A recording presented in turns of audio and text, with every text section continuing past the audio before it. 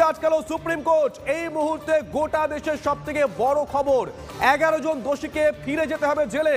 এই মুহূর্তের বড় খবর। জ্যোতির্ময় আমাদের সঙ্গে রয়েছেন, আমাদের সহকর্মী জ্যোতির্ময়। যখন আদালতে সওয়াল জবাব হচ্ছিল তখন আদালতের প্রশ্ন ছিল যে এটা কি মৌলিক অধিকারের মধ্যে পড়ে যে আগাম তাদেরকে মুক্তি দেওয়া? বোধহয় তখনই বোঝা গেছিল যে মামলার গতিপথ কোন দিকে যেতে চলেছে। একদমই। দেখো, প্রথমেই কোন কোন বিষয়গুলি এক্ষেত্রে বিচার্য তা আদালতের তরফ থেকে স্পষ্ট করে দেওয়া হয়। তার মধ্যে প্রথম দুটি যে গুরুত্বপূর্ণ বিষয় ছিল, অবশ্যই তার মধ্যে যেটা ছিল তা হচ্ছে বিলকিস বানু তিনি এই যে 11 জনকে মুক্তি দেওয়া হয়েছে সেক্ষেত্রে তিনি যে রিভিউ পিটিশন ফাইল করেছেন সেই পিটিশন আইনসঙ্গত কিনা, এবং তারপরে যে গুরুত্বপূর্ণ বিষয় তা হচ্ছে গুজরাট সরকার তাদের আদৌ আইনত এখতিয়ার রয়েছে কিনা এই 11 জন দোষীকে মুক্তি দেওয়ার ক্ষেত্রে। এই দুটি বিষয়ের ক্ষেত্রে প্রথমেই কোর্ট জানিয়ে দেয় যে বিলকিস বানু তিনি তার রিভিউ পিটিশন ফাইল করা বা অন্যান্য যে পিআইএল ফাইল হয়েছে প্রত্যেকটা বিষয় এক্ষেত্রে আইনসঙ্গত, অর্থাৎ আইনের পরিভাষায় তা সম্পূর্ণভাবে মেনটেনেবল। দ্বিতীয় বিষয়, গুজরাট গভর্নমেন্টের কোনো আইনত এখতিয়ার নেই এক্ষেত্রে রেমিশন অর্থাৎ তাদেরকে মুক্তি দেওয়ার।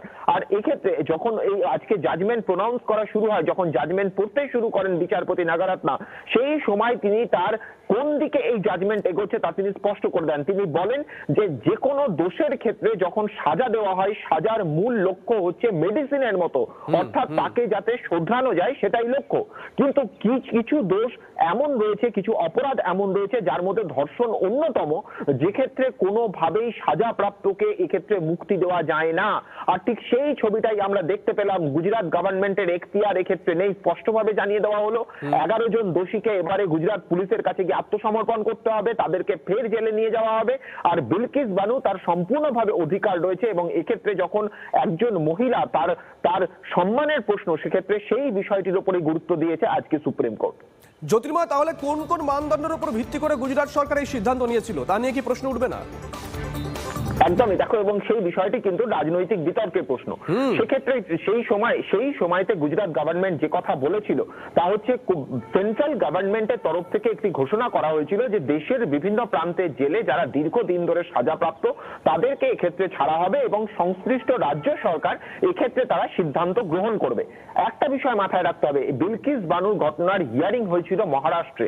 সেক্ষেত্রে গুজরাট গভর্নমেন্টের এক্ষেত্রে আইনত এখতিয়ার নেই, অর্থাৎ সুপ্রিম কোর্ট আজকে যে কথা বলছে যে গুজরাট গভর্নমেন্টের আইনত এখতিয়ার নেই রেমিশনের বা তাদেরকে মুক্তি দেওয়ার, তার কারণ হিয়ারিং হয়েছিল মহারাষ্ট্রে।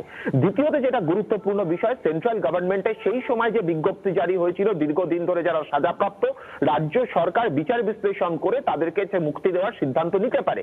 সেখানে খুব স্পষ্টভাবে একটা ক্লজ ছিল যে ধর্ষণের মতো গুরুতর অপরাধ, এবং শুধুমাত্র ধর্ষণ নয়, এক্ষেত্রে 11 জনের বিরুদ্ধে বিলকিস বানুকে ধর্ষণ এবং গণধর্ষণের পাশাপাশি তার পরিবারের লোকজনকে হত্যার অভিযোগ, অর্থাৎ খুন এবং ধর্ষণের অভিযোগ যেখানে রয়েছে, সেই জায়গাতে কখনোই কিন্তু এই মুক্তি প্রযোজ্য নয়। ফলত সব দিক থেকে এক্ষেত্রে আইন ভায়োলেট করা হয়েছে এবং সেন্ট্রাল গভর্নমেন্টের আইন নির্দেশেরও অপব্যাখ্যা হয়েছে। ধন্যবাদ জ্যোতির্ময়।